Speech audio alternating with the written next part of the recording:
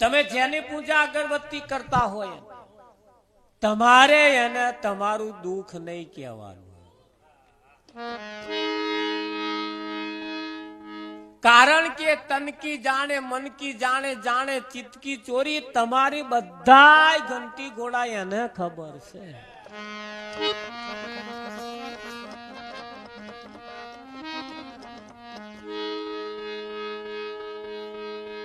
છે કે નહીં?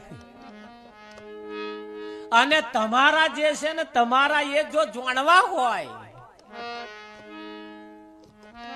તો તમારે કોઈને નહીં પૂછવાનું, તમારે તમારા મનને જ પૂછી લેવાનું.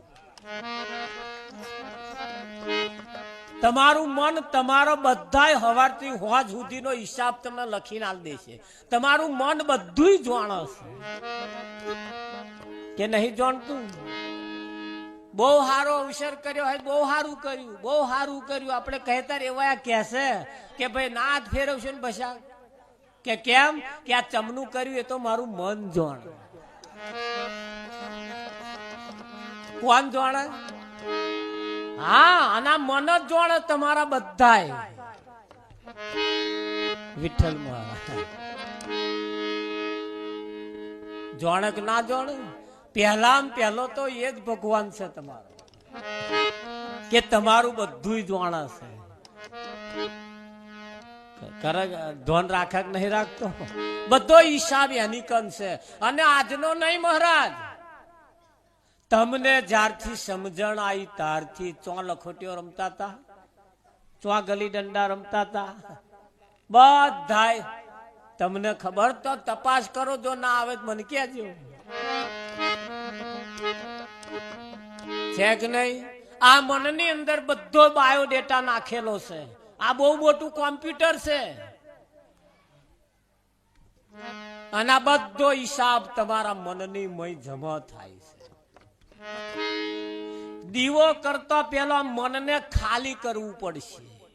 જાત્રા કરવા જતા પહેલા મનને ખાલી કરવું પડશે. મનમાં જે ભરાયું છે ખાલી કરવું પડશે. તો તમારી જાત મહેનત થી ખાલી થવાનું નથી.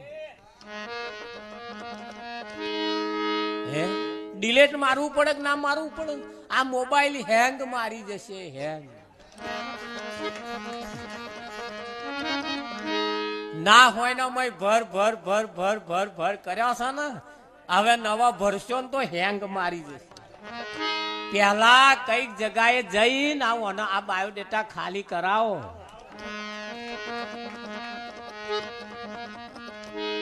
તો કહ્યું છે પ્રેમ ગલી હતી સાંકડી, તામે દોનો સમાય, કા તો નર વસે કા તો નારાયણ વસે. પ્રેમ ગલી એવી એક હતી, એવી સાંકડી છે, એની મય બે જણ હમાઈ રે એવી જગ્યા નથી. કા તો નર વસે કા તો નારાયણ વસે. કા તો આ પ્રેમ ગલીની અંદર કા તો વેવાઈ વસે કા તો ભગવાન વસે. જો ભગવાન રે તો વેવાઈ ના હોય,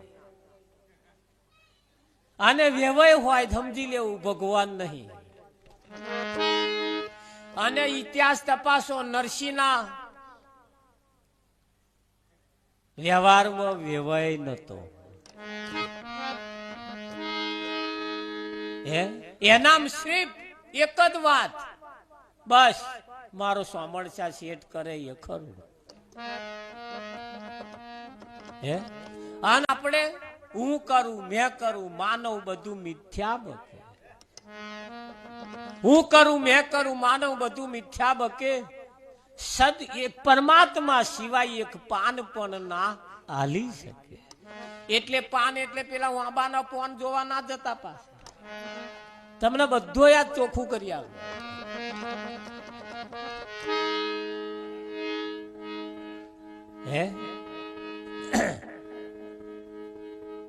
તમારામાં જો પરમાત્મા ના હોય ને તો આ હાથ પણ ઊંચો થઈ શકે એમ નથી. હાથ પણ ઊંચો થઈ શકે એમ નથી. આ આંખ પણ પલકારા મારી શકે એમ નથી. જ્યારે જેદાર પેલો નહીં હોય તેદાર. છેલ્લા હાહાકારા ચાલતા હશે ને 108 ઘાલીને જશો અને ડોક્ટર વેલા બહાર આવશે ને નાડી ઝાલશે અને ઝાલતો જો હાહાકારો નીકળી ગયો તો ડોક્ટર કહેશે કશુંય નહીં લઈ જાઓ. તો અતાર કોક ડોક્ટર કન જઈને હાથ જલાઈ જુઓ કે ભાઈ ચમનું છે તાકે છે, જો છે તો એની કિંમત કરી લીધા જેવી છે. જો હોય